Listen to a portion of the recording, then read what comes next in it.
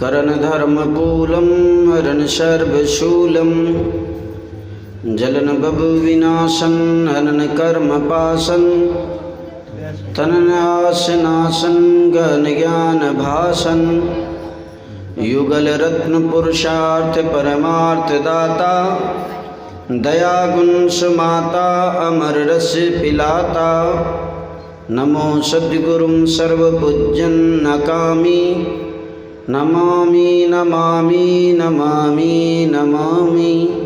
बोलिए प्रेम से श्री सद्गुरु महाराज की जय। श्रद्धा भक्ति से आवृत शब्दों में गुरु महाराज का जय घोष करें। श्री सद्गुरु महाराज की जय, श्री सद्गुरु महाराज की जय, श्री सद्गुरु महाराज की जय।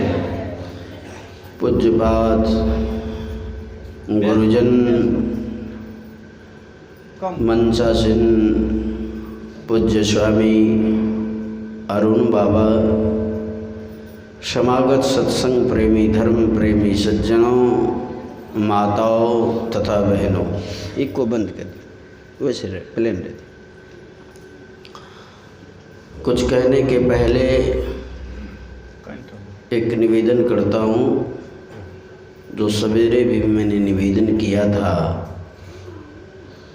कि जब तक आपसे कुछ कहा जाए, आपको सुनाया जाए, सत्संग के बीच में कोई भी उठ बैठ नहीं करेंगे, आने जाने का काम नहीं करेंगे।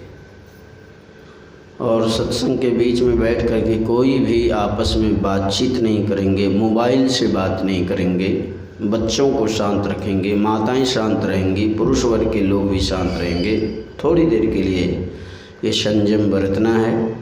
एक बार और श्रद्धा के साथ जयकार करें, उसके बाद कोई कुछ नहीं बोलेंगे। श्री सद्गुरु महाराज की जय।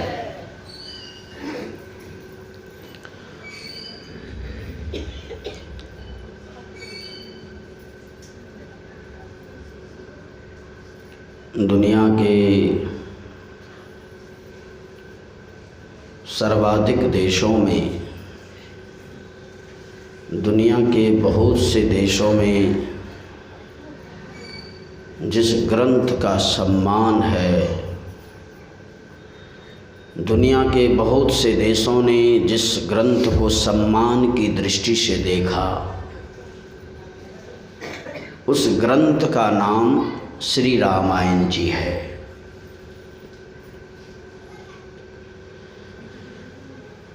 मैं देख रहा था 22 जनवरी को जो अयोध्या में कार्यक्रम हुआ, उस कार्यक्रम को लगभग 160 देश के लोगों ने देखा।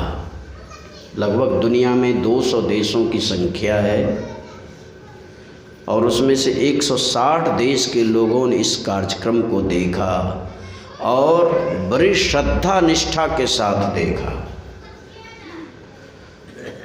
इसीलिए मैं कभी कभी कहा करता हूँ, विश्ववंदनीय रामायण अपनी अपनी भाषा में, अपने अपने देश में जो ग्रंथ अवेलेबल है, उपलब्ध है, उस ग्रंथ का नाम रामायण है। उसी पवित्र ग्रंथ से पाठ करके सुनाया गया। हम लोगों ने सुना, क्या सुना? जिस तरह यहाँ गुरु महाराज का दरबार लगा हुआ है ना, उसी तरह का दरबार आज से लाखों वर्ष पहले भगवान राम के दरबार में लगा हुआ था। भगवान राम ने एक महत्वपूर्ण बातें बताने के लिए अपने प्रजाओं को आवाहन किया, आहूत किया।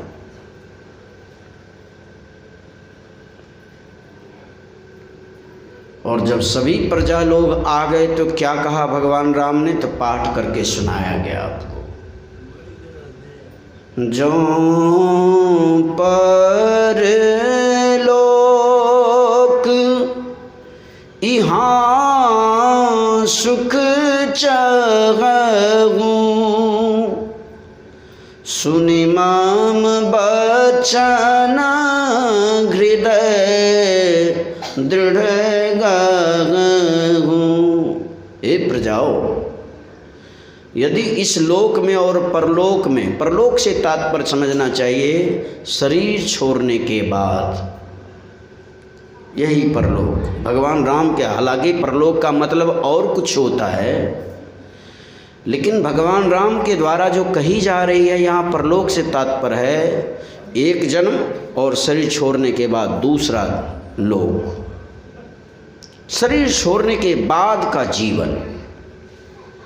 जब तक हम शरीर में रहें तब तक सुख, और शरीर छोड़ने के बाद भी सुख अगर चाहते हैं तो भगवान राम ने कहा मेरी कही हुई बातों को मजबूती के साथ रखो, पकड़ो, सुनो।